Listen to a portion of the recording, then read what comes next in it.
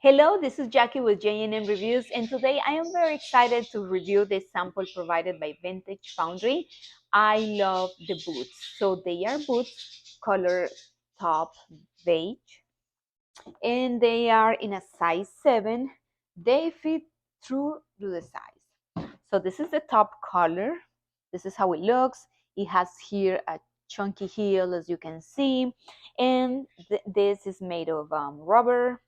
It is also fur line, and it's very comfortable, especially for wind or cold weathers. You can mix it with different outfits, skirts, shorts, jeans, regular pants. They are so pretty. What I love and appreciate the most about these boots is that they are made of leather, and they have here a stylish decoloration. It's part of the boots. It also has it in the back.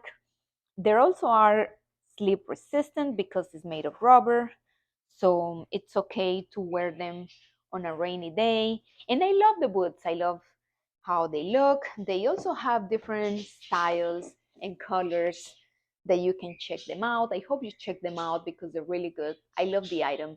Thank you for watching my video.